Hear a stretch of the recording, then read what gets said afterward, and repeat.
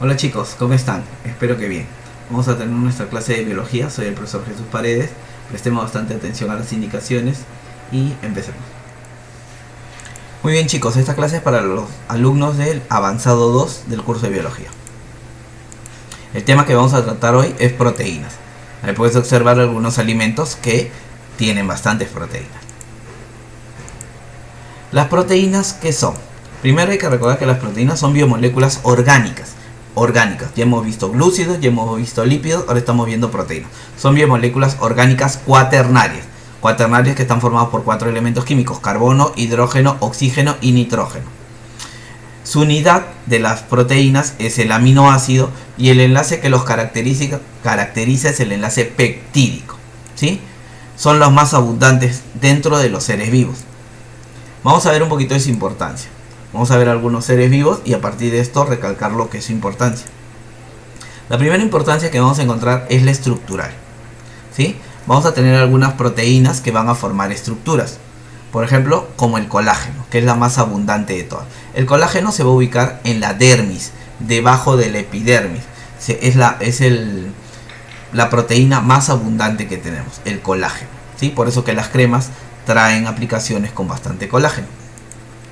Luego tienes la fibroína, que lo que va a formar es la tela de araña, ¿sí? También tenemos ejemplos como la oseína, que la oseína se va a obtener en los huesos, va a permitir la osificación, la ganancia de calcio, hidroxiapatita para que el hueso mantenga esa dureza, la oseína. También tenemos el caso de la queratina. La queratina se va a encontrar en la epidermis, entonces quiere decir que toda modificación que tenga la epidermis va a estar formada por queratina, como por ejemplo son los cuernos, los pelos, los vellos que salen en el animalito, las pezuñas, ¿sí? Si tuviera pico, en el pico. Entonces todo eso está formado por queratina, que también es otra proteína. Entonces estas 4 primeras proteínas son estructurales: colágeno, que se encuentra en la dermis; la fibroína en la tela de araña; la oseína en los huesos; y la queratina en la epidermis. Y toda modificación de la epidermis, en cuernos, en picos, en pelos, en pezuñas, se va a encontrar lo que es la queratina. Aprovechando que hemos sacado lo del huesito, vamos a ver la otra propiedad, que es la propiedad contráctil. La propiedad contráctil se cumple por 2 proteínas, que es la miosina y la actina, que van a permitir la propiedad contráctil que tiene el músculo, ¿sí? Que tiene el músculo. Luego tenemos la otra importancia, que es la de almacenamiento. En almacenamiento tenemos el caso de la mioglobina, que va a almacenar oxígeno en los músculos, ¿sí? Almacenamiento en los músculos. Tenemos también la propiedad o la importancia de reserva. En este caso, ¿reserva de quién? Por ejemplo, tengo el caso de la caseína. La caseína y la albúmina tú la vas a encontrar en la leche y el queso, que lo producen los animalitos, ¿sí? La leche, en el caso de algún mamífero, de sure, se puede obtener leche, de esa leche se hace queso y se obtiene proteínas que son de reserva, que van a almacenar energía, como la caseína y la albúmina. Y en el caso de la ovoalbúmina, en los huevitos. Entonces también existen proteínas que tienen función de reserva. Otra importancia va a ser la defensa. Entonces, para que nos defienda en el cuerpo están los anticuerpos, que son llamadas inmunoglobulinas. En este caso nosotros estamos esperando que nuestro cuerpo contra el COVID-19 reaccione formando anticuerpos, que es lo que debería contener, ¿no? En mayor cantidad para evitarlo. Entonces estos anticuerpos, estas inmunoglobulinas, son proteínas que tú las vas a poder observar si es que tú al animalito le sacas sangre. Acá en la sangre, que es esta sangre ya está separada en su linfa y en los glóbulos rojos, tú vas a poder observar los anticuerpos acá en el plasma, ¿sí? En el plasma. Luego también tú podrías aprovechar y fijarte en estos rojitos que están los glóbulos rojos, donde se encuentra la hemoglobina. La hemoglobina es una proteína de transporte. Entonces las proteínas también tienen importancia en el transporte. En el caso de la hemoglobina, que contiene hierro, que ya lo hemos visto en clases anteriores, va a transportar oxígeno. Mientras que la mioglobina almacena oxígeno en los músculos, la hemoglobina lo que va a hacer es transportar oxígeno en los glóbulos rojos, ¿sí? En el caso de los que tenemos sangre. Y en el caso de los invertebrados lo va a hacer a nivel de la hemocianina, que ellos tienen hemolinfa. Entonces la hemoglobina y la hemocianina, aparte de ser pigmentos respiratorios, son proteínas de transporte, ¿sí? Entonces van a brindarle los colores y además van a transportar oxígeno. Entonces otra importancia de las proteínas es el transporte. Luego, otra importancia que van a tener es lo hormonal. Existen hormonas que están formados por proteínas, como la insulina, que regula la cantidad de azúcar, la prolactina, que genera la producción de leche, la tiroxina, las glándulas que regulan la contextura corporal, ¿sí? Son hormonas proteicas. Y también va a tener función catalizadora, que son las enzimas. Esto lo vamos a ver en un capítulo aparte. Pero función catalizadora, que son las enzimas. Las enzimas lo que van a hacer es generar productos mucho más rápido sin que ellas se manifiesten en el producto final. Por ejemplo, cuando tú en tu boca metes el alimento y la saliva embebe el alimento, ahí está actuando una enzima que se llama amilasa salival, que va a degradar el almidón y va a ayudar que sea más fácil su digestión. Entonces las enzimas tienen función catalizadora y las enzimas son proteínas. Entonces, como tú ves, las proteínas tienen bastante importancia dentro de los seres vivos. Por eso te dice que son las más abundantes en el interior o formando seres vivos. Vamos a ver cómo es que las proteínas están formadas. Te dije que la unidad de las proteínas era el aminoácido. El aminoácido se abrevia como AA. ¿Sí? Es una molécula anfótera. Ahora vas a saber por qué es anfótera. Y también funciona como tampones biológicos, que ya te lo había explicado, evitando que haya un desequilibrio entre el ácido, el pH ácido y el básico, ¿sí? Para que no haya un cambio brusco. Para eso actúan los aminoácidos. Este es un aminoácido común. Como dice acá, fórmula general de un aminoácido. Tiene un carbono que se llama carbono alfa o carbono quiral. El carbono alfa va a estar unido a un grupo de hidrógeno y una cadena lateral, que esta va a variar. Puede estar arriba, puede estar abajo, pero la cadena lateral es la que va a variar y es la que me va a generar los distintos aminoácidos que existen, ¿sí? Va a estar formado por un grupo carboxilo, que es COOH, y un grupo amino, que es NH2. Ahora, ¿por qué era anfótero? Porque el grupo amino le va a dar carácter básico y el grupo carboxilo le va a dar carácter ácido. Entonces, como se comporta como ácido y base a la vez, se le dice anfótero, ¿sí? Anfótero. Y por eso que es buen controlador o tampón biológico, porque va a tener los dos caracteres, básico y ácido. Vamos a ver algunos aminoácidos. Mira, acá tú ves el carbono alfa o carbono quiral, el hidrógeno que lo forma, que es este verdecito, sino que está al revés, el grupo amino y el grupo carboxilo. Y tiene un hidrógeno en lo que se corresponde al radical o la cadena lateral. Este aminoácido se llama glicina. Tienes el caso de la alanina. Mira que en el grupo o cadena lateral tiene el CH3. Igual tiene el grupo carboxilo y tiene el grupo amino. Recuerda que cuando ya se forma el aminoácido, el hidrógeno del grupo carboxilo se pierde y se va a unir con este carbono, ¿sí? Tienes la valina, leucina, isoleucina, metionina, fenilalanina, triptófano, prolanina. Estos aminoácidos, como tú verás, lo que varía en cada uno de ellos es el grupo o cadena lateral. Entonces, si a ti te preguntan qué parte del aminoácido es la que tiene que variar para poder diferenciarlo, es el grupo o cadena lateral. Todos van a tener su carbono alfa o quiral, su grupo carboxilo, su grupo amino y el hidrógeno, como te darás cuenta, ¿sí? Ya está. Ahora, el enlace que va a funcionar para que los aminoácidos se junten es el enlace peptídico.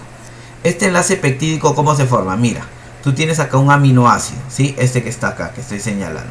Tienes el grupo amino, tienes el grupo carboxilo, ¿sí? Acá igual, grupo amino, grupo carboxilo, el radical. Van a reaccionar el grupo carboxilo de uno con el grupo amino. El grupo carboxilo, ¿sí? El grupo carboxilo da su oxígeno y el grupo amino está dando hidrógeno, generando que haya liberación de agua. Y este enlace que se formó se llama enlace peptídico. Entonces quiere decir que el enlace peptídico se forma de la unión del grupo carboxilo con el grupo amino de dos aminoácidos. Un aminoácido da su grupo carboxilo y el otro aminoácido da su grupo amino. Se juntan, reaccionan el oxígeno del grupo carboxilo con los hidrógenos del grupo amino y se libera una molécula de agua. Al igual que sucede con el enlace glucosídico, que es en glúcidos, se libera agua. Con el enlace tipo éster que tienen los lípidos, también se libera agua. Y con el enlace peptídico igualmente, ¿sí? Ahora, ¿qué es un péptido?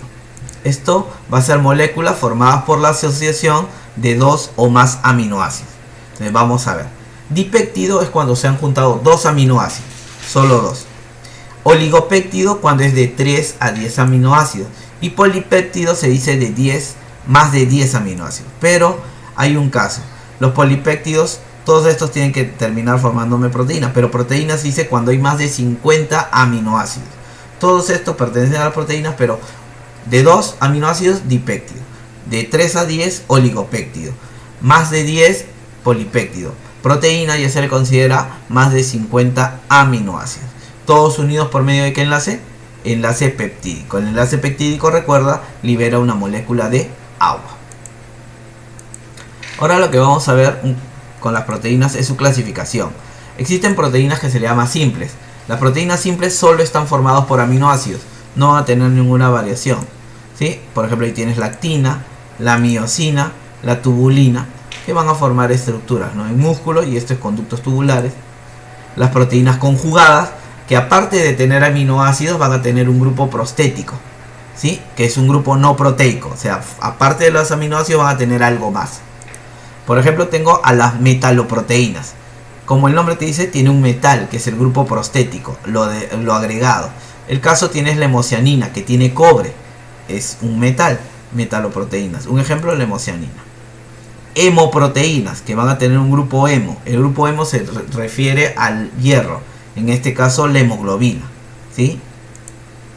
Las glucoproteínas, como la mucina y los anticuerpos, que el grupo prostético va a estar formado por glúcidos, por carbohidratos, que se van a unir a los aminoácidos para formar una proteína conjugada, que se le conoce como glucoproteína. Ahora, lo otro que hay que entender en el caso de las proteínas es la estructura proteica. Por ejemplo, se le dice estructura primaria a la secuencia de aminoácidos. O sea, si tú sabes qué aminoácidos forman una proteína, entonces tú dices, lo forma tal aminoácido. Glicina, fenilalanina, arginina. Y entonces tú vas mencionando los aminoácidos. Y estos, prolina, tirosina, todos estos, leucina. Tú mencionas los aminoácidos que lo forman. Como tú mencionas, estás haciendo estructura primaria, que es solo la secuencia de aminoácidos, ¿sí? Y esto se da solo por enlace peptídico, la estructura primaria.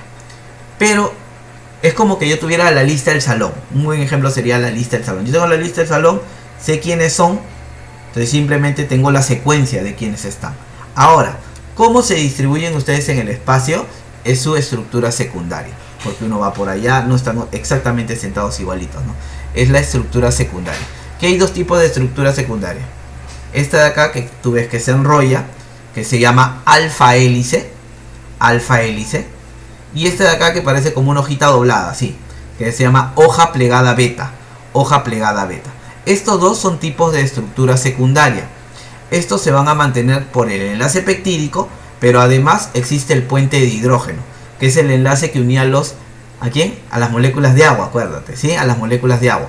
Ese enlace, que se llama puente de hidrógeno, también va a intervenir acá en las cadenas largas de aminoácidos, para que el aminoácido la cadena larga, tome esta forma de alfa hélice enrollado o de hoja doblada, que se llama hoja plegada beta, que son los dos tipos de estructura proteica secundaria. Si tú juntas varias de estas estructuras secundarias, lo que tú puedes obtener es una estructura terciaria. Ahí se pueden observar varias hojas plegadas betas, alfa hélices, que son estas curviadas, con algunas hojas plegadas betas que se están uniendo. Y eso se llama estructura terciaria. La estructura terciaria presenta enlace peptídico, puentes de hidrógeno, pero además presenta puentes disulfuro, otro tipo de enlace. Si tú juntas varias estructuras terciarias, lo que vas a obtener ya es una estructura cuaternaria, que ya tiene enlaces débiles y va a ser la unión de varias terciarias. Ahora, es importante que las proteínas mantengan su estructura, su nivel de organización, primario, secundario, terciario, cuaternario. ¿Por qué? Porque la función que cumple la proteína depende de esta estructura.